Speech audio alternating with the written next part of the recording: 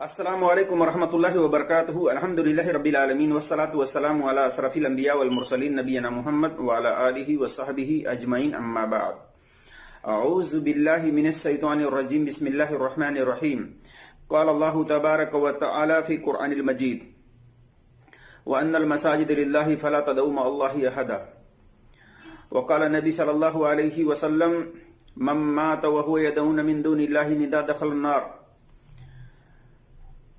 وقال الله تبارك وتعالى إن الله وملائكته يصلون على النبي يا أيها الذين آمنوا صلوا عليه وسلموا تسليما رب اشرح لي صدري ويسر لي أمري واحلل عقدة من لساني يفقهوا قولي رب زدني علما۔ تمام قسم کی حمد و ثنا کی بریائی اور بڑائی اس اللہ وحدہ لا شریک کے لیے لائق و زیبا ہے جس نے ہمیں اور آپ سب کو پیدا فرمایا، اور درود و سلام ہو بے شمار لا تعداد احمد مجتبی محمد مصطفیٰ محمد رسول اللہ صلی اللہ علیہ وسلم پر، ان کے آل پر، ان کے اصحاب پر۔ اللہم صلی علی محمد وعلی آل محمد کما صلیت علی ابراہیم وعلی آل ابراہیم انکا حمید مجید۔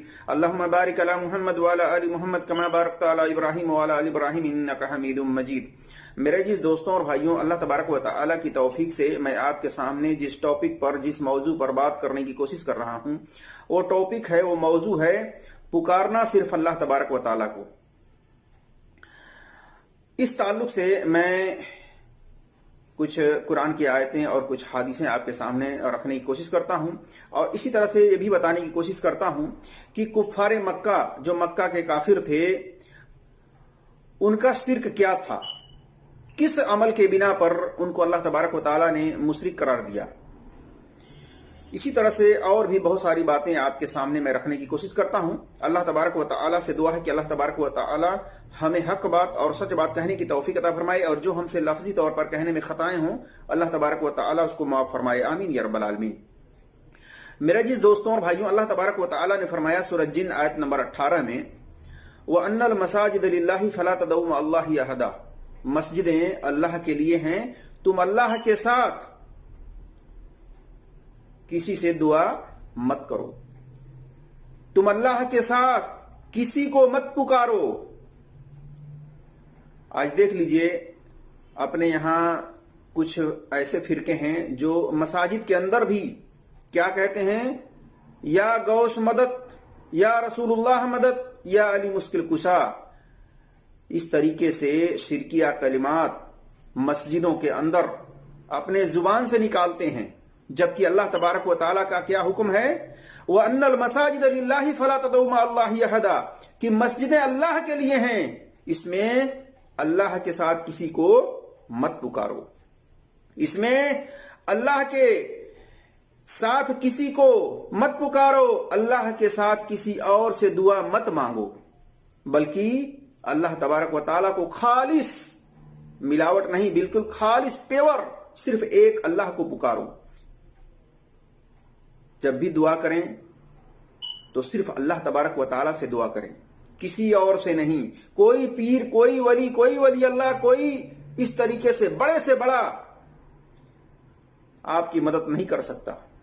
جو دنیا سے جا چکا ہے، جس کا خاتمہ دنیا سے ختم ہو چکا ہے، دنیا سے تعلق اس کا ختم ہو چکا ہے، وہ آپ کی مدد نہیں کر سکتا، نہ وہ سن سکتا ہے، نہ وہ دیکھ سکتا ہے۔ اس لیے مسجدیں اللہ کے لیے ہیں، مسجدیں اللہ کا گھر ہیں، اس میں خالص ایک اللہ سے دعا مانگیں، ایک اللہ کو پکاریں، اس کے علاوہ کسی کو نہ پکاریں، یا غوث، یا رسول اللہ مدد، یا علی مشکل کشا، یا خواجہ بندہ نواز، اس طریقے کے الفاظ نہ نکالیں، ورنہ آپ بھی مشرک قرار پائیں گے۔ بندوں کو نوازنے والا کون ہے؟ صرف ایک اللہ تبارک و تعالیٰ ہے، اس کے علاوہ کوئی بندوں کو دینے والا نہیں ہے۔ وہ خالق ہے، ہم مخلوق ہیں۔ جس نے ہمیں بنایا ہے، جس نے تمام مخلوقات کو بنایا ہے، اس کی ذمہ داری ہے اس کو روزی دینا، اس کو پالنا، کسی اور کی ذمہ داری نہیں ہے۔ وہی ہے جو ہواؤں کو چلا کر کے آکسیجن کے ذریعے سے ہمیں زندہ رکھا ہوا ہے، وہی ہے جو زمین سے چشمہ جاری کر کے، پانی نکال کر کے ہم کو حیات دیا ہوا ہے، ہم پانی پی کر کے اپنی زندگی کو محفوظ کیے ہوئے ہیں. ایک اللہ سے دعا مانگیے, اس کے علاوہ کسی سے دعا مت مانگیے. اسی طرح سے ایک اور جگہ فرمایا اللہ تبارک و تعالی نے, لا تدعوا مع اللہ الہا آخر, سورہ القصص آیت نمبر 88 میں, اللہ کے ساتھ کسی دوسرے معبود سے دعا مت مانگو, اللہ کے ساتھ کسی دوسرے معبود کو نہ پکارو. اسی طرح سے ایک اور جگہ فرمایا, اے نبی اللہ کے ساتھ کسی دوسرے معبود کو نہ پکارو ورنہ تم بھی سزا پانے والوں میں سے شامل ہو جاؤ گے, جیسا کہ سورہ شورى آیت نمبر 213 پر دیکھ سکتے ہیں. تو اللہ تبارک و تعالیٰ نے مختلف مقامات پر, کئی جگہوں پر قرآن کے اندر اللہ تبارک و تعالیٰ نے اپنے نبی کو بھی حکم دیا اور اس سے وارننگ بھی دی. فرمایا اللہ تبارک و تعالیٰ نے, لئن اشرکت لیحبطن عملک ولتکونن من الخاسرین, کہ اے نبی اگر آپ نے بھی شرک کیا تو آپ بھی خسارہ پانے والوں میں سے شامل ہو جائیں گے, آپ بھی خسارہ پانے والوں میں شامل ہو جائیں گے اگر آپ نے بھی شرک کیا تو میرے عزیز دوستوں اور بھائیوں, میری ماؤں بہنوں, اللہ تبارک و تعالیٰ کے ساتھ کسی کو شریک نہ کریں, کسی کو نہ پکاریں. دعا صرف اللہ سے, مانگنا صرف اللہ سے, کسی غیر سے نہیں, کسی ولی سے نہیں, کسی پیر سے نہیں, بلکہ صرف دعا ایک اللہ سے مانگیں. اسی طرح سے عبداللہ بن مسعود رضی اللہ تعالیٰ عنہ بیان کرتے ہیں, کہتے ہیں کہ نبی صلی اللہ علیہ وسلم نے فرمایا, من مات وهو يدعون من دون الله ندا دخل النار, صحیح بخاری حدیث نمبر 4497 میں, کہ اللہ کے رسول صلی اللہ علیہ وسلم نے فرمایا, جس کی موت اس حالت میں ہوئی کہ وہ غیروں کو پکارتا تھا, اللہ کے علاوہ غیروں کو پکارتا تھا, اور اسی حال میں اس کی موت ہوئی, دخل النار, وہ جہنم کی آگ میں داخل ہوگا. آج دیکھ لیجئے بہت سارے لوگ ہیں, کہتے ہیں کہ ہم خواجہ کا دامن نہیں چھوڑیں گے, ہم غوث کا دامن نہیں چھوڑیں گے. مرنے کے بعد پتہ چلے گا, جب اللہ تبارک و تعالیٰ تمام انسانوں کو, چاہے عورت ہو چاہے مرد ہو, سب کو جب قبر سے نکالے گا, سارے کے سارے ننگے ہوں گے, کسی کے پاس کوئی دامن نہیں ہوگا. جب دامن ہی نہیں ہوگا تو پکڑو گے کیا؟ تو یہ مت نعرہ لگائیں کہ ہم غوث کا دامن نہیں چھوڑیں گے, ہم خواجہ کا دامن نہیں چھوڑیں گے, وہاں دامن ملے گا ہی نہیں تو آپ پکڑو گے کیا؟ اس لیے اس دنیا کے اندر اللہ تبارک و تعالیٰ نے جو زندگی دی ہے اس کو غنیمت سمجھتے ہوئے اپنے تمام شرکیات اور کفریات عمل سے توبہ کر کے خالص اللہ تبارک و تعالیٰ کو پکاریں اور ایک اللہ تبارک و تعالیٰ سے مدد مانگیں, اور اسی حال میں اللہ تبارک و تعالیٰ سے دعا کریں کہ اے اللہ ہمیں اس دنیا میں جب تک زندہ رکھ, ایمان پر اسلام پر زندہ رکھ, اور جب خاتمہ کر تو لا الہ الا اللہ پڑھتے ہوئے اس دنیا سے خاتمہ کر. تو میرے عزیز دوستوں اور بھائیوں, جس نے اللہ کے علاوہ غیروں کو پکارتا تھا, اگر اس کی موت اسی حالت میں ہو گئی, دخل النار, وہ جہنم کے اندر داخل ہوگا, اللہ کے رسول صلی اللہ علیہ وسلم نے فرمایا. اسی طرح سے رسول اللہ صلی اللہ علیہ وسلم اور نبی ایک اللہ تبارک و تعالیٰ کو پکارا کرتے تھے. ابراہیم علیہ السلام نے آگ سے نجات پانے کے لیے صرف ایک اللہ کو پکارا تھا, دیکھیے سورہ آل عمران آیت نمبر 173 میں. اسی طرح سے یونس علیہ السلام نے مچھلی کی پیٹ سے نجات پانے کے لیے ایک اللہ کو پکارا تھا, سورہ انبیاء آیت نمبر 87 میں دیکھ سکتے ہیں. سنن ترمذی میں حدیث نمبر 2785 پر دیکھ سکتے ہیں کہ جب یونس علیہ السلام اپنی قوم سے ناراض ہو کر کے جا رہے تھے کشتی میں, اس طریقے سے یہ مشہور واقعہ ہے کہ کشتی سے ان کو سمندر میں پھینکا گیا قرآن اندازی کے ذریعے سے کہ ان میں کون خطا کار ہے, کیونکہ کشتی ڈگمگا رہی ہے اور بھنور میں پھنستی جا رہی ہے. تو انہی کی خطا نکل رہی تھی اس قرآن دازی کے ذریعے سے تو ان کو اس کے اندر پھینکا گیا. اللہ تبارک و تعالیٰ نے مچھلی کو حکم دیا, مچھلی نے اپنے منہ کے اندر ان کو لیا اور اپنے پیٹ میں آرام کے ساتھ رکھا, اور کئی سال تک یا کئی دن تک, کئی مہینے تک اس پیٹ میں رہے, اندھیری کوٹری میں رہے, اور بغیر وسیلے کے کس کو پکارا؟ ایک اللہ کو پکارا. لا الہ الا انت سبحانک انی کنت من الظالمین, کہ اے اللہ تو پاک ہے, میں ہی ظالم ہوں. اللہ تبارک و تعالی نے یونس علیہ السلام کی دعا کو, یونس علیہ السلام کی پکار کو سن کر کے اس مچھلی کے پیٹ سے نجات دی بغیر کسی وسیلے کے. اس لیے پکارنا صرف ایک اللہ کو. کوئی بھی مصائب ہو, کوئی بھی مشکلات ہو, کوئی بھی پریشانی ہو, کوئی بھی بیماری ہو, پکارنا صرف ایک اللہ کو. مدد صرف ایک اللہ سے لینی ہے.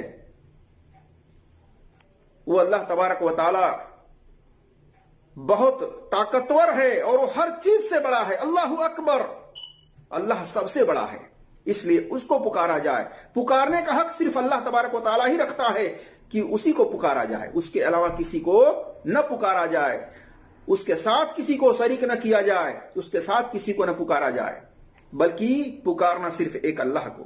اسی طرح سے آدم علیہ السلام سے جب خطا ہوئی تو آدم علیہ السلام نے بھی ایک اللہ کو پکارا, جیسا کہ سورہ الاعراف کے اندر آپ دیکھ سکتے ہیں کہ آدم علیہ السلام سے بھی خطا ہوئی تو انہوں نے کیا کہا؟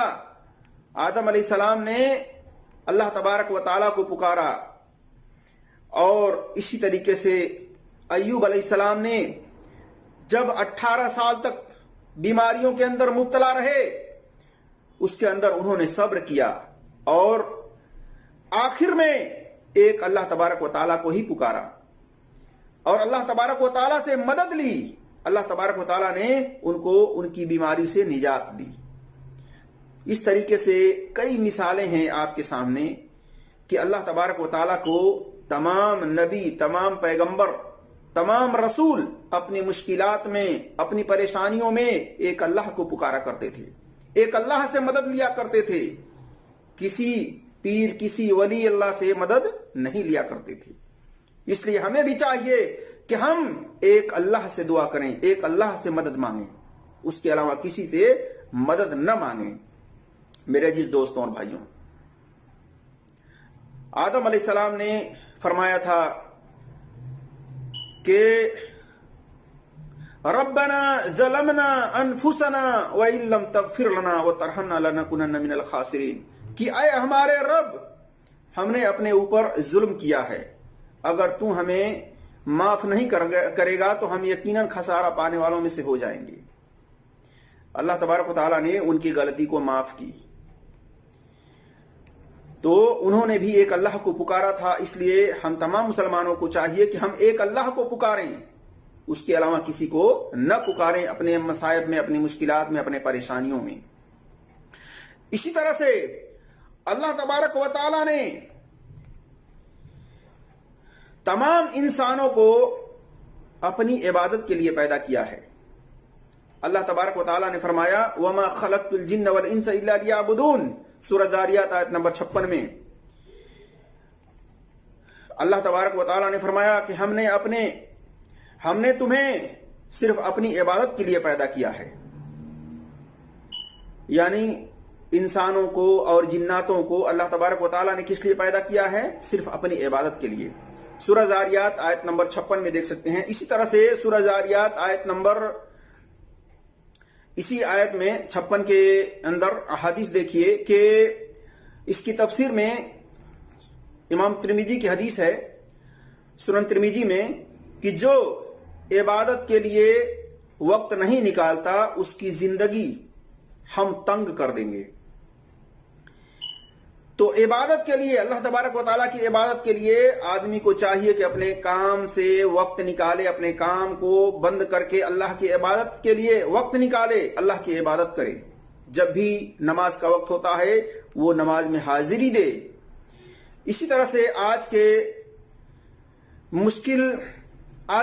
کے دور میں جو آج کے مشرک ہیں وہ کہتے ہیں کہ ہم قبر والے کی عبادت نہیں کرتے, ہم قبر والے کو دعا میں نہیں پکارتے، ہم قبر والے سے نہیں مانگتے، جبکہ وہ قبر والے سے کیا کرتے ہیں؟ وسیلہ لیتے ہیں۔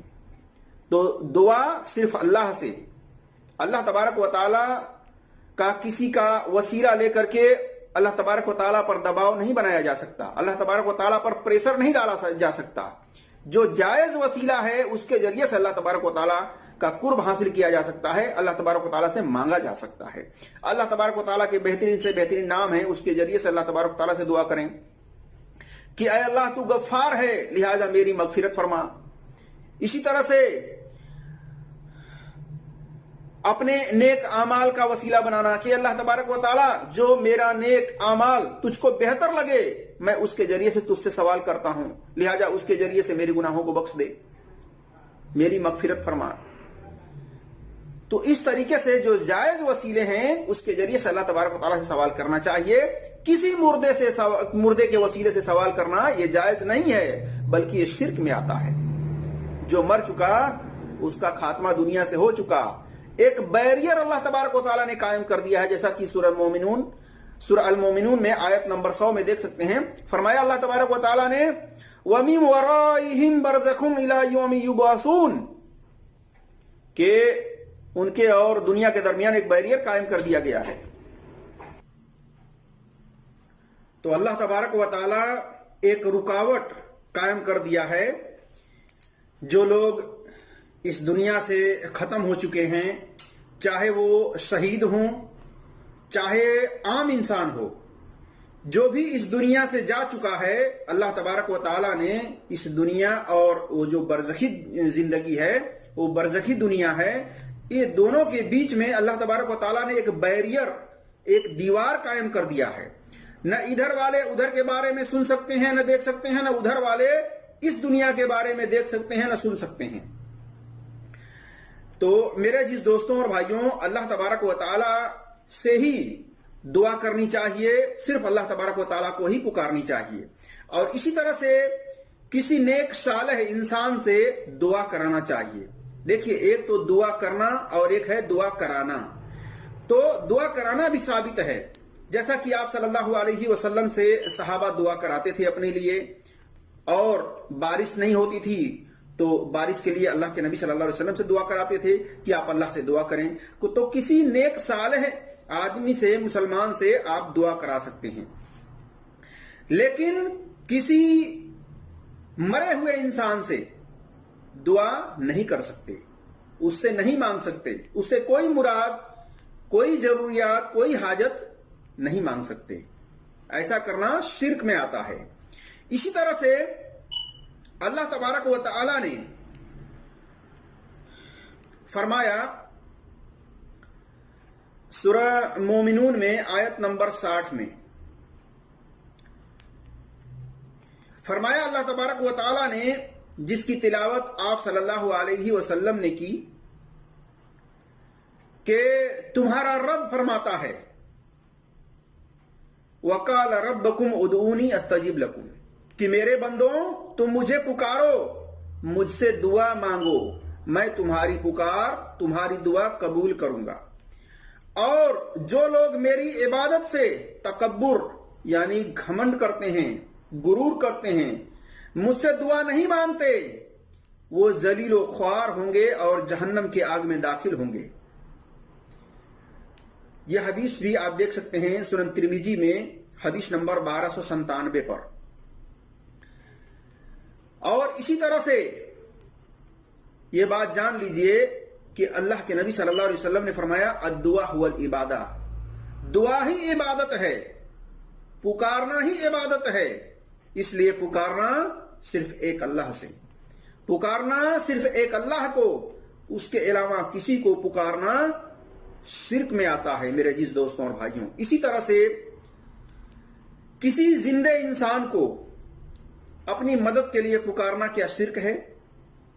تو آپ کے سامنے کوئی زندہ انسان ہے، آپ کی مدد کر سکتا ہے، آپ کی بات سن سکتا ہے، وہ طاقت رکھتا ہے، تو آپ اس سے آپ مدد لے سکتے ہیں، یہ شرک میں نہیں آتا۔ آپ صلی اللہ علیہ وسلم سے صحابہ مدد لیتے تھے جب آپ صلی اللہ علیہ وسلم زندہ ہوتے تھے، آپ صلی اللہ علیہ وسلم لوگوں کی مدد کرتے تھے، لوگوں کی ضروریات پوری کرتے تھے، کوئی بھوکا ہوتا تھا اس کو کھانا کھلاتے تھے، کوئی غریب ہوتا تھا اس کو مال عطا فرماتے تھے. تو اس طریقے سے ایک دوسرے کی مدد کرنا یہ شرک نہیں ہے، بلکہ شرک کیا ہے کہ آدمی اس کی طاقت نہیں رکھتا، پھر بھی دوسرا آدمی کیا کر رہا ہے، جو زندہ آدمی ہے اس بغیر طاقتور آدمی سے مدد لے رہا ہے، جبکہ وہ نہ سن سکتا ہے، نہ وہ دیکھ سکتا ہے، نہ اس کی مدد کر سکتا ہے، نہ اس کے سامنے وہ موجود ہے، نہ اس کو دیکھ رہا ہے. تو ایسا کرنے والا شرک کرتا ہے. اللہ تبارک و تعالی ساتویں آسمان کے اوپر عرش پر مستوی رہتے ہوئے ساری ضروریات زندگی لوگوں کی پوری کرتا ہے. وہاں سے اللہ تبارک و تعالی کنٹرول کیے ہوئے ہے، کوئی بھی چیز اس سے چھپی ہوئی نہیں ہے، بلکہ اللہ تبارک و تعالی ہر ایک کی ضروریات کو پوری کرتا ہے. اور وہی حق رکھتا ہے کہ دعا صرف اسی سے کیا جائے، وہی حق رکھتا ہے کہ مدد کے لیے صرف اسی کو پکارا جائے، کسی اور کو نہ پکارا جائے، کسی اور سے نہ مانگا جائے، صرف اللہ تبارک و تعالی سے مدد لی جائے. اسی طرح سے قرآن کے اندر اللہ تبارک و تعالی نے فرمایا، اے نبی جب میرے بارے میں میرے بندے آپ سے پوچھیں، فرمایا اللہ تبارک و تعالی نے وَإِذَا سَأَلَكَ عِبَادِي عَنِّي فَإِنِّي قَرِيبٌ أُجِيبُ دَعْوَةَ الدَّاعِ إِذَا دَعَانِ فَلْيَسْتَجِيبُوا لِي، کہ اے نبی جب میرے بارے میں میرے بندے آپ سے سوال کریں، پوچھیں، تو کہہ دو میں ان کے بہت ہی قریب ہوں، جب وہ مجھے پکارتے ہیں میں سنتا ہوں، قبول کرتا ہوں. لیکن ان کو بھی چاہیے کہ مجھ پر یقین کریں، میری بات بھی مانا کریں، جیسا کہ سورہ البقرہ آیت نمبر 186 میں دیکھ سکتے ہیں. تو اللہ تبارک و تعالی اپنے علم کے اعتبار سے، اپنی قدرت کے اعتبار سے، اپنی سماعت سننے کے اعتبار سے، اپنی بصارت دیکھنے کے اعتبار سے اللہ تبارک و تعالی اپنے ہر مخلوق کے ہر چیز کے قریب ہے. جب بھی اس کو پکارا جائے وہ سنتا ہے، وہ قبول کرتا ہے. لیکن شرط کیا لگایا اللہ تبارک و تعالی نے کہ مجھ پر یقین رکھیں، مجھ پر ایمان رکھیں، میری بات بھی مانا کریں. یہ شرط اللہ تبارک و تعالی نے لگائی ہے کہ بندہ جب اللہ کی مانے گا اللہ اس کی مانے گا، جب اللہ کی بندہ سنے گا تو بندہ بھی اللہ کی سنے گا. تو یہ شرط ہے کہ بندہ اللہ کی سنے پھر اللہ بندے کی سنے گا. تو میرے عزیز دوستوں اور بھائیوں، پکارنا صرف ایک اللہ سے. اللہ کے رسول صلی اللہ علیہ وسلم نے لعنت فرمائی قبروں کو سجدہ گاہ بنانے والوں پر. فرمایا، عائشہ رضی اللہ تعالیٰ عنہ بیان کرتی ہیں کہ نبی صلی اللہ علیہ وسلم نے فرمایا، لعن اللہ الیہود والنصارى اتخذوا قبور انبیائہم مساجد، کہ لعنت ہو یہودی اور نصرانیوں پر جنہوں نے اپنے انبیاء کی قبروں کو سجدہ گاہ بنا لیا، عبادت کی جگہ بنا لی. صحیح بخاری میں حدیث نمبر 1390 پر دیکھ سکتے ہیں. اس سے پتہ چلتا ہے کہ سجدہ بھی صرف ایک اللہ سے، ایک اللہ کے علاوہ کسی کو سجدہ کرنا جائز نہیں ہے، بھلے ہی سجدہ تعظیمی ہی کیوں نہ ہو، عزت احترام کے طور پر ہی کسی کو سجدہ نہ کیا جا رہا ہو، یہ بھی جائز نہیں ہے. اور اگر عبادت کے غرض سے کیا جائے تو یہ شرک ہے اور یہ حرام ہے. اسی طرح سے سجدہ تعظیمی بھی منع ہے، جیسا کہ جب معاذ بن جبل رضی اللہ تعالیٰ عنہ شام سے واپس آئے تو انہوں نے اللہ کے رسول صلی اللہ علیہ وسلم کو سجدہ کر دیا. آپ صلی اللہ علیہ وسلم نے کہا، اے معاذ یہ کیا کر رہے ہو؟ معاذ رضی اللہ تعالیٰ عنہ نے کہا، میں نے شام میں دیکھا کہ لوگ اپنے سرداروں کو سجدہ کر رہے تھے. ایسا تو آپ صلی اللہ علیہ وسلم نے فرمایا، معاذ رضی اللہ تعالیٰ عنہ نے کہا کہ میں نے شام کے ملک میں دیکھا کہ لوگ اپنے سردار کو، اپنے بڑے کو، اپنے بادشاہ کو سجدہ کرتے ہیں، اس لیے میں نے سوچا کہ آپ تو زیادہ حق رکھتے ہیں سجدہ کرنے کے، اس لیے میں نے آپ کو سجدہ کیا. آپ صلی اللہ علیہ وسلم نے فرمایا، اے معاذ ایسا نہ کرو، بلکہ معاذ رضی اللہ تعالیٰ عنہ کی نصیحت آپ صلی اللہ علیہ وسلم نے کی کہ اے معاذ اگر میں سجدہ کرنے کی اجازت دیتا تو میں عورتوں کو حکم دیتا کہ وہ اپنے شوہروں کو سجدہ کریں، لیکن اللہ کے علاوہ کسی کو بھی سجدہ کرنا جائز نہیں ہے. جیسا کہ مسند احمد وغیرہ کے اندر روایت دیکھ سکتے ہیں، اور بھی کتب حدیث کے اندر یہ روایت ہے. تو اس سے پتہ چلتا ہے کہ سجدہ بھی صرف ایک اللہ کو کرنی چاہیے، اس کے علاوہ کسی کو بھی سجدہ نہیں کرنا چاہیے. اسی طرح سے کفار مکہ کا شرک کیا تھا؟ کفار مکہ، مکہ کے جو کفار تھے، کافر تھے،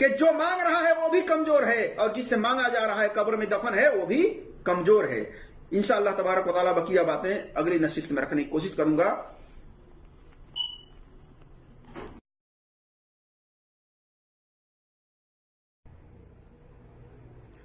السلام علیکم ورحمۃ اللہ وبرکاتہ. الحمدللہ رب العالمین والصلاة والسلام علی اشرف الانبیاء والمرسلین نبینا محمد وعلی آلہ وصحبہ اجمعین. اما بعد.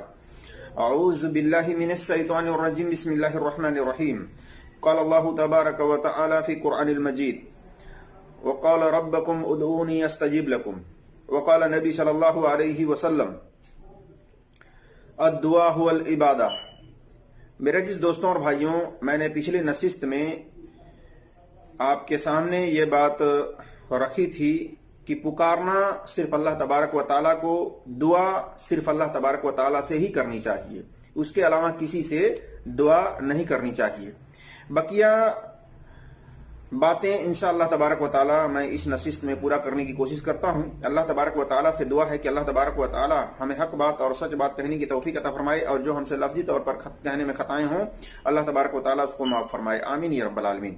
میرے جس دوستوں اور بھائیوں،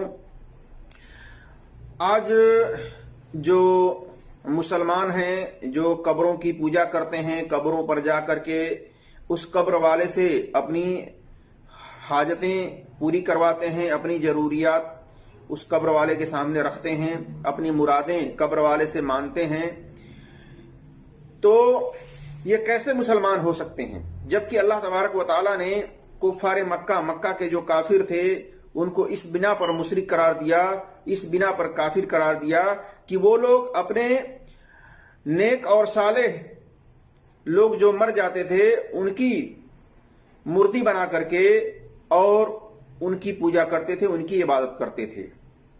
اور جب پوچھا جاتا تو وہ کہتے تھے کہ ہم ان کی عبادت نہیں کرتے، ہم ان سے نہیں مانگتے، بلکہ ہم تو ان کو سفارشی بنائے ہوئے ہیں، ہم تو ان کو اللہ تبارک و تعالیٰ تک یہ سمجھتے ہیں کہ یہ ہماری بات اللہ تبارک و تعالیٰ تک پہنچاتے ہیں، تو یہ ان کا وسیلہ لیتے ہیں. اس بنا پر اللہ تبارک و تعالیٰ نے ان کو مشرک قرار دیا کہ جب سب کچھ میں دے رہا ہوں، بارش میں اتار رہا ہوں اور اسی طریقے سے ساری ضرورت کی چیزیں میں دے رہا ہوں، تو پھر مجھے چھوڑ کر کے ان لوگوں کی پوجا تم کیوں کرتے ہو؟ نہ یہ سن سکتے ہیں، نہ دیکھ سکتے ہیں، ان کے اندر اتنی بھی طاقت نہیں ہے کہ اگر ان سے کوئی چیز، ایک مکھی، ایک چاشنی، ایک مٹھائی کی تھوڑی سی لذت بھی، تبرک بھی اگر چھین کر لے جائے تو یہ اتنی بھی طاقت نہیں رکھتے کہ اس سے اپنی وہ چیز چھین لیں، واپس لے لیں. تو مانگنے والا بھی کمزور اور جس سے مانگا جا رہا ہے وہ بھی کمزور ہے. اللہ تبارک و تعالیٰ نے یہ مثال دے کر کے فرمایا. تو اس دور کے جو مکہ کے کافر تھے اس بنا پر ان کو کافر اور مشرک قرار دیا گیا کہ وہ اپنے بزرگوں کو سفارشی بنائے ہوئے تھے، اپنے بزرگوں کو وسیلہ بنائے ہوئے تھے اللہ تبارک و تعالیٰ تک کہ یہ ہماری بات کو اللہ تبارک و تعالیٰ تک پہنچاتے ہیں. آج بھی یہ مسلمان یہی بات کہتے ہیں کہ ہم تو ان کی عبادت نہیں کرتے، ہم تو ان کی پوجا نہیں کرتے، بلکہ ہم تو ان کا وسیلہ لیتے ہیں، یہ ہماری بات اللہ تک پہنچاتے ہیں. تو یہ مسلمان بھی نہیں ہے، بلکہ یہ بھی اسی کٹگرے میں جائیں گے جس کٹگرے میں مکہ کے کافر تھے. اسی لیے اللہ تبارک و تعالیٰ نے ایک اور جگہ یہ مثال دے کر کے سمجھایا قرآن میں. اور اس سے پہلے آپ جان لیجئے کہ دعا عبادت ہے، دعا ہی عبادت ہے، جیسا کہ آپ صلی اللہ علیہ وسلم نے فرمایا الدعاء هو العبادہ، دعا ہی عبادت ہے. تو دعا کس سے کرنی ہے؟ صرف اللہ تبارک و تعالیٰ سے کرنی ہے، اس کے علاوہ کسی سے دعا نہیں کرنی ہے. اسی طرح سے اللہ تبارک و تعالیٰ نے فرمایا وقال ربکم ادعونی استجب لکم، اور تمہارے رب نے کہا تم مجھے پکارو میں تمہاری دعا قبول کرتا ہوں. اس لیے ہر مسلمان عورت ہو یا مرد، کوئی بھی مصائب، کوئی بھی پریشانی، کوئی بھی بیماری ہو، ایک اللہ کو پکارے، ایک اللہ سے دعا مانگے، اس کے علاوہ کسی سے دعا نہ مانگے. اسی طرح سے اللہ تبارک و تعالیٰ نے یہ مثال دے کر کے سمجھایا ہے اور جنہیں تم اللہ کے سوا پکارتے ہو وہ تو کھجور کے گٹھلی کے چھلکے کے بھی مالک نہیں، اور یہ تمہاری پکار سنتے بھی نہیں، اور سن بھی لیں تو جواب نہیں دے سکتے، جیسا کہ سورہ فاطر آیت نمبر 13 اور 14 میں دیکھ سکتے ہیں. یعنی اللہ تبارک و تعالیٰ یہ فرما رہا ہے کہ اور جنہیں تم پکارتے ہو اللہ کے علاوہ جنہیں تم پکارتے ہو وہ تو ایک کھجور کے گٹھلی کے بھی مالک نہیں ہیں، اس کو بھی نہیں وہ پیدا کیے ہیں، اس کو بھی نہیں بنائے ہیں، اور یہ تمہاری پکار نہیں سن سکتے، اگر سن بھی لیں تو جواب نہیں دے سکتے۔ تو میرے عزیز دوستوں اور بھائیوں، اللہ تبارک و تعالیٰ نے یہ مثال دے کر کے سمجھایا ہے کہ تم کس کے سامنے مانگ رہے ہو، تم کس سے مانگ رہے ہو؟ وہ مردہ ہیں، زندہ نہیں ہیں، وہ نہ سن سکتے ہیں نہ جواب دے سکتے ہیں۔ یہ اللہ تبارک و تعالیٰ نے مثال دے کر کے سمجھایا۔ اسی طرح سے کفار مکہ مشکل میں اللہ کو پکارتے تھے، جیسا کہ اللہ تبارک و تعالیٰ نے فرمایا یہ مشکل میں، پریشانی میں یہ مشرک لوگ جب کشتی میں سوار ہوتے ہیں تو ایک اللہ کو پکارتے ہیں، یعنی جب ان کے اوپر کوئی مشکلات پریشانی آتی ہے، یہ کشتیوں میں سفر کرتے ہیں دریاؤں کے اندر، سمندروں کے اندر، جب ان کی کشتی بھنور میں پھنستی ہے تو ایک اللہ کو پکارتے ہیں، اور جب کشتی کنارے لگ جاتی ہے تو پھر شرک کرنے لگتے ہیں۔ یعنی اللہ تبارک و تعالی جب ان کی کشتی کو کنارے لگا دیتا ہے، انہیں بچا لیتا ہے، تو پھر یہ باپ داداؤں کو پکارنے لگ جاتے ہیں۔ سورہ عنکبوت آیت نمبر 56 میں دیکھ سکتے ہیں، 65 میں دیکھ سکتے ہیں۔ اسی طرح سے ابو جہل کا بیٹا اکرمہ کے بارے میں آتا ہے کہ وہ کہتا تھا کہ جب ہم لوگ کشتی میں سوار ہو کر جا رہے تھے، جب کشتی بھنور میں پھنس جاتی تو ایک اللہ کو پکارتے تھے، تب کشتی کنارے پر لگ جاتی تھی۔ لیکن آج کے لوگ جو اپنے آپ کو ٹناٹن سنی کہتے ہیں کہ ہم ہی اہل سنت والجماعت ہیں، ہم ہی سنی ہیں، ان کی کتاب ملفوظات کے اندر احمد رضا خان صاحب کیا لکھتے ہیں، جنید بغدادی کا قصہ لکھتے ہیں، آپ لوگوں نے سنا ہوگا بارہا، کہ وہ دریا پار کر رہا ہے اور اپنے مرید کو کہہ رہا ہے کہ یا جنید کہتا ہوا دریا پار کر۔ یعنی جنید بغدادی جو ہیں دریا کو پار کر رہے ہیں، اور کیا کہہ رہے ہیں؟ خود تو یا اللہ کہہ رہے ہیں اور دریا کو پار کر رہے ہیں، دریا کے اوپر سے چل رہے ہیں، ڈوب نہیں رہے ہیں، پانی کے اوپر سے چل رہے ہیں۔ اور جب ان کا مرید کہہ رہا ہے کہ مجھے بھی دریا پار کرنی ہے تو کہتے ہیں کہ تو یا جنید کہتا ہوا دریا پار کر، دریا پر چل۔ یا جنید تعلیم دے رہے ہیں، اللہ تبارک و تعالی سے ہٹا کر کے اپنے نام پر لگا رہے ہیں کہ تو یا جنید کہتا ہوا دریا پار کر۔ وہ یا جنید کہتا ہوا دریا پار کرنے لگتا ہے، اتنے میں اس کو خیال آتا ہے کہ خود تو کہہ رہے ہیں یا اللہ اور دریا پر چل رہے ہیں، اور مجھے کہہ رہے ہیں کہ یا جنید کہتا ہوا تو دریا پار کر۔ کہتا ہے کہ میرے دل میں یہ خیال آیا کہ میں بھی کیوں نہ یا اللہ کہوں، اور جب کہتا ہے کہ میں نے یا اللہ کہا، دریا کے اندر گوتے کھانے لگا۔ کہا حضرت میں تو گیا، انہوں نے کہا وہی کہہ جو پہلے کہتا تھا یا جنید۔ تو جب یا جنید کہتا تو دریا کے اوپر سے پانی کے اوپر چلنے لگتا، یعنی ڈوبتا نہیں۔ تو اس طریقے سے دونوں دریا پار کیے۔ اب بتائیے، وہ کہتا ہے حضرت آپ کہیں یا اللہ تو دریا پار کریں، اور ہم یا اللہ کہیں تو دریا کے اندر گوتے کھائیں، ڈوبنے لگیں، کیا ماجرا ہے؟ کہتے ہیں احمق انسان، پہلے تو تم جنید تک تو پہنچ، تو اللہ کے ہاں ڈائریکٹ کہاں پہنچ رہا ہے؟ پہلے جنید تک پہنچ، اس کے بعد اللہ تک پہنچنا۔ اور وہ کہتا ہے کہ اس کے دل میں جو خیال پیدا کیا وہ شیطان لعین نے پیدا کیا۔ بتائیے، شیطان کبھی بھی اللہ تبارک و تعالی پر اعتماد اور بھروسہ کرنے نہیں دیتا کسی کو، بلکہ شیطان تو ہے ہی ہے اللہ کے راستے سے ہٹا کر کے گمراہیت کے راستے پر ڈالنے والا۔ لیکن یہاں شیطان لعین کہا جاتا ہے کہ شیطان لعین نے اس کے دل میں وسوسہ ڈالا، استغفر اللہ۔ تو یہ ہے شرک کی دعوت۔ ان کی کتاب ملفوظات کے اندر یہ شرک کی دعوت دی جا رہی ہے کہ کوئی ڈائریکٹ اللہ کو نہ پکارے اپنے مشکلات میں پریشانیوں میں، بلکہ اپنے بزرگ کو پکارے، خواجہ غریب نواز کو پکارے، داتا گنج بخش کو پکارے، غوث اعظم کو پکارے، دستگیر کو پکارے۔ اس طریقے سے انہوں نے اپنی دیوی دیوتا بنائے ہوئے ہیں ان بزرگوں کو، جو کہ یہ بزرگ کبھی بھی شرک کی دعوت نہیں دے کر گئے دنیا کے اندر۔ تمام لوگوں نے توحید کی دعوت دی، ایک اللہ کی طرف دعوت دی کہ ایک اللہ سے مانگو، اس کے ساتھ کسی کو شریک نہ کرو۔ لیکن یہ 2 نمبر مولویوں نے ان عوام کو، بولے بھالے عوام کو اس طریقے سے شرک پر لگایا ہوا ہے۔ تو میرے عزیز دوستوں اور بھائیوں، اللہ تبارک و تعالیٰ کو ڈائریکٹ پکاریں، کیونکہ اللہ تبارک و تعالیٰ فرماتا ہے وَقَالَ رَبَّكُمْ اُدْعُونِي أَسْتَجِبْ لَكُمْ، اور تمہارے رب نے کہا ہے کہ تم مجھے پکارو، میں تمہاری پکار سنتا ہوں، قبول کرتا ہوں۔ ان مولویوں کی بات مت سنیں، ورنہ آپ اس مولویوں کے ساتھ آپ جہنم کے اندر جائیں گے۔ اور اللہ کی اطاعت کریں اور اس کے رسول کی اطاعت کریں، تبھی کامیابی ملے گی۔ اور قیامت کے دن ایسے لوگ افسوس کریں گے جو اللہ اور اس کے رسول کی اطاعت سے ہٹ کر کے اپنے مولویوں کی اندھی تقلید میں زندگی گزار رہے تھے، اور اسی پر چلتے چلتے ان کا خاتمہ ہو گیا، اسی شرک اور کفر میں ان کا خاتمہ ہو گیا۔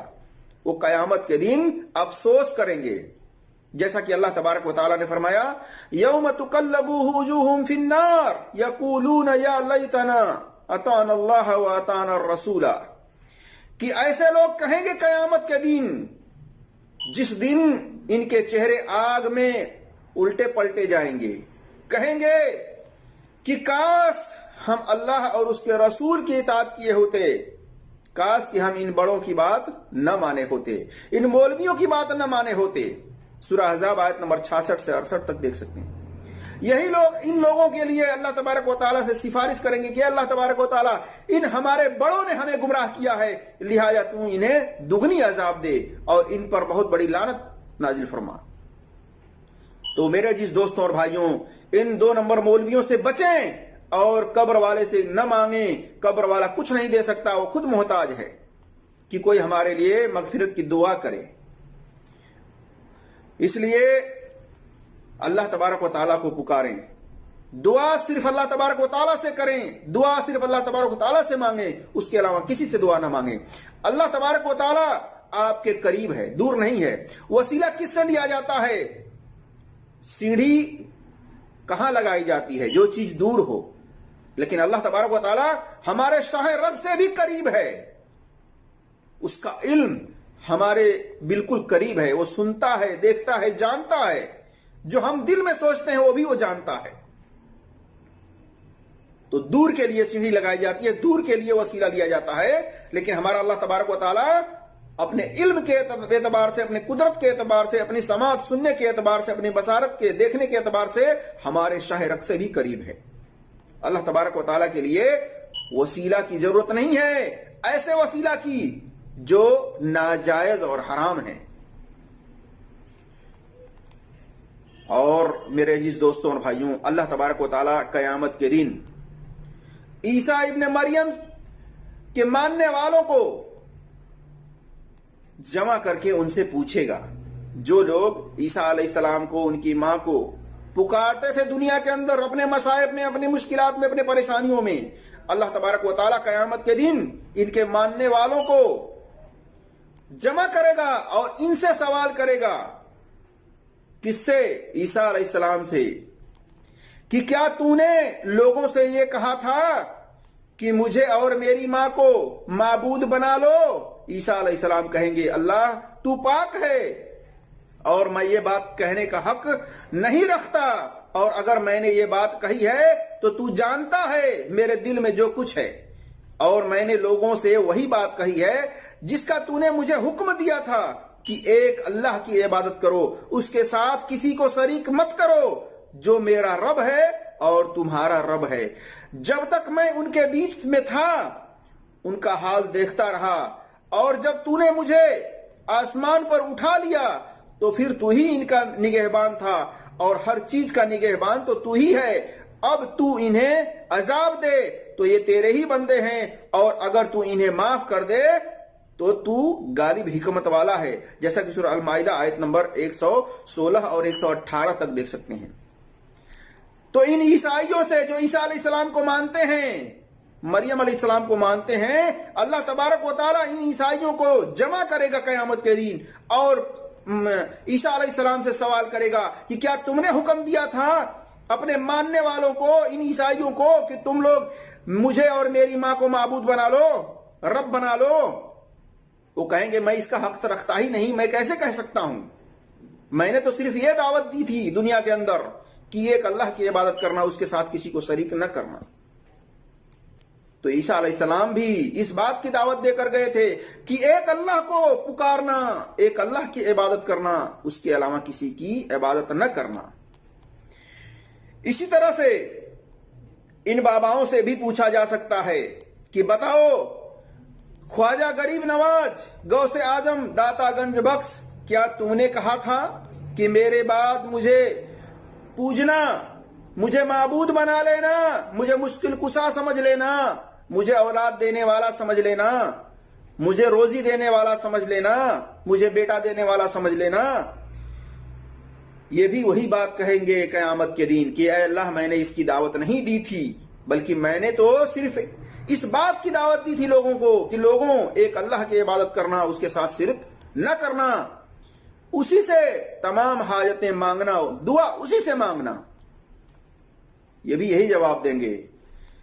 میرے عزیز دوستوں اور بھائیوں، ہر مسلمان عورت ہو یا مرد ہو، ہر نماز کے اندر یہ پڑھتا ہے ایاک نعبد و ایاک نستعین، کہ اے اللہ ہم تیری ہی عبادت کرتے ہیں سورۃ الفاتحہ میں، اور تجھ ہی سے ہم مدد مانگتے ہیں۔ بتائیے، یہ نہیں کہتا کہ اے اللہ ہم تیری بھی عبادت کرتے ہیں اور تجھے سے بھی مدد مانگتے ہیں، بلکہ صرف اللہ تبارک و تعالیٰ کے سامنے اقرار کرتا ہے کہ اے اللہ ہم تیری ہی عبادت کرتے ہیں اور تجھ ہی سے مدد مانگتے ہیں، کسی اور سے نہیں۔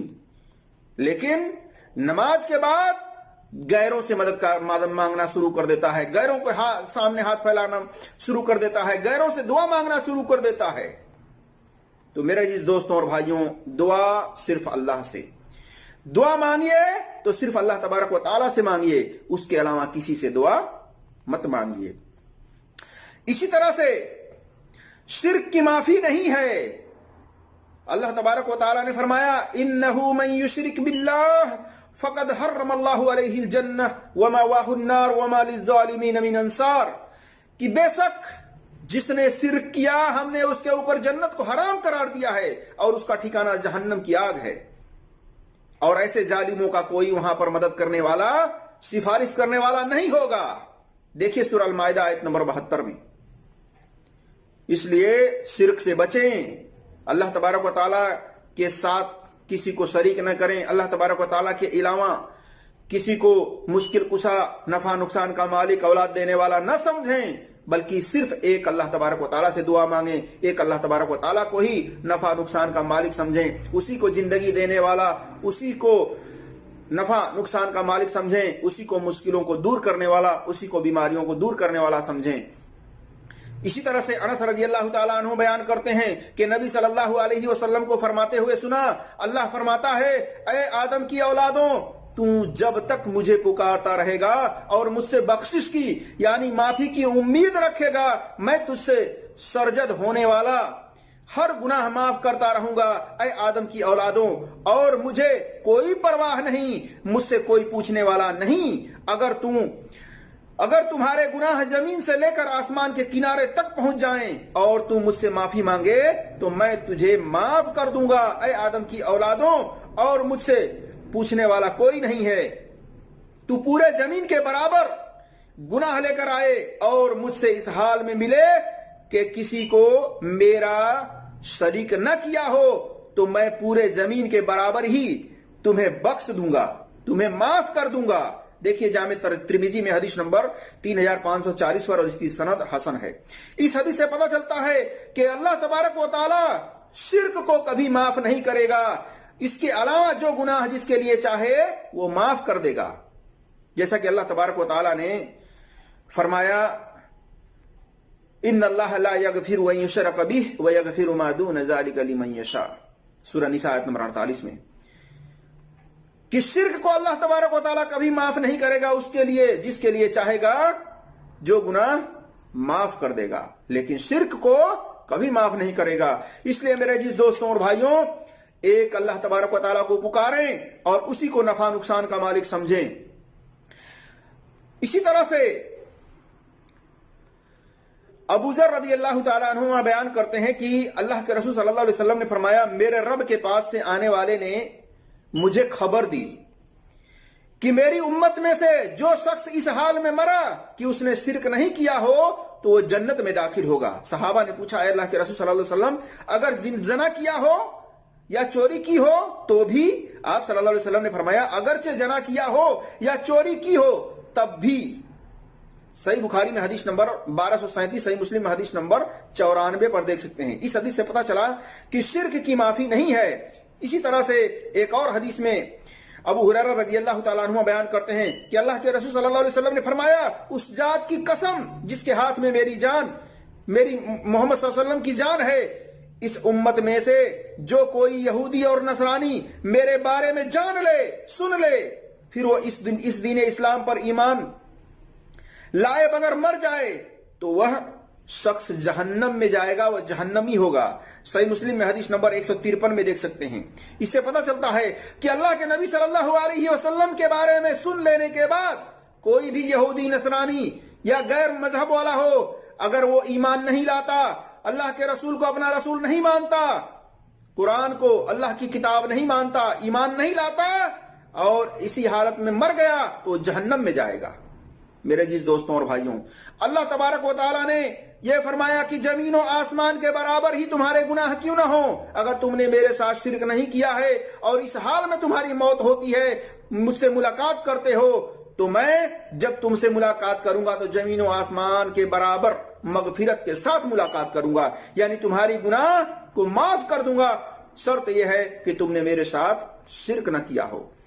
اسی طرح سے اللہ کے سوا کسی کو پکارنا، اپنی کسی ضرورت کو کسی قبر والے سے دعا کے ذریعے، وسیلہ کے ذریعے مانگنا، اور یہ عقیدہ یقین رکھنا کہ یہ فلاں بابا یا فلاں ولی اللہ سبھی کی دعا سنتا ہے، سبھی کو دیتا ہے جو مانگا جائے، تو یاد رکھیے یہ شرک ہے، اور شرک بہت بڑا ظلم ہے۔ اللہ تبارک و تعالیٰ نے فرمایا کہ لقمان نے کہا اپنے بیٹے سے، یا بنی لا تشرک باللہ ان الشرک لظلم عظیم، کہ اے میرے بیٹے، لقمان نے کہا اپنے بیٹے سے کہ اے میرے بیٹے، اللہ کے ساتھ شرک نہ کرنا، یقیناً شرک بہت بڑا ظلم ہے۔ دیکھیے سورہ لقمان آیت نمبر 13۔ تو شرک کرنا یہ سب سے بڑا ظلم ہے، اس لیے شرک کرنے سے بچیں، شرک نہ کریں۔ اسی طرح سے میرے عزیز دوستوں اور بھائیوں، اللہ تبارک و تعالیٰ نے فرمایا سورہ النحل میں آیت نمبر 20 سے 21 تک دیکھ سکتے ہیں کہ جو لوگ، جن لوگوں کو یہ لوگ پکارتے ہیں، یہ مردہ ہیں، یہ زندہ نہیں ہیں، اور انہیں یہ بھی نہیں پتا کہ انہیں کب قبر سے اٹھایا جائے گا، ان کو یہ بھی اس بات کا بھی علم نہیں ہے۔ تو سوچئے کہ جو انسان مر چکا ہے، دنیا سے جا چکا ہے، اللہ تبارک و تعالیٰ نے ایک دیوار قائم کر دیا ہے برزخی زندگی اور دنیاوی زندگی کے بیچ میں، نہ وہ دیکھ سکتا ہے نہ سن سکتا ہے، تو پھر کیسے کسی کی دعا کو سن سکتا ہے؟ اس لیے دعا صرف اللہ سے، اس کے علاوہ کسی سے دعا نہیں کرنی چاہیے۔ اسی طرح سے اللہ تبارک و تعالیٰ نے فرمایا سورہ رعد آیت نمبر 14 میں کہ جو لوگ اوروں کو پکارتے ہیں وہ ان کا کچھ بھی جواب نہیں دیتے، یعنی جو لوگ مر چکے ہیں وہ جو لوگ پکارتے ہیں ان کی پکار کا کچھ بھی جواب وہ نہیں دیتے۔ تو اس کے سامنے آپ رکھیں جو کہتا ہے، وَقَالَ رَبَّكُمْ اُدْعُونِي أَسْتَجِبْ لَكُمْ، میرے بندے تمہارے رب نے کہا ہے تم مجھے پکارو، میں تمہاری پکار سنتا ہوں، میں تمہاری دعا سنتا ہوں، قبول کرتا ہوں۔ تو میرے جس دوستوں اور بھائیوں، دعا صرف اللہ تبارک و تعالیٰ سے، پکارنا صرف اللہ تبارک و تعالیٰ سے، کسی اور سے نہیں۔ اللہ تبارک و تعالیٰ سے دعا ہے کہ اللہ تبارک و تعالیٰ ہم تمام مسلمانوں کو قرآن اور صحیح حدیث پر عمل کرنے کی توفیق عطا فرمائے۔ آمین یا رب العالمین. السلام علیکم ورحمۃ اللہ وبرکاتہ.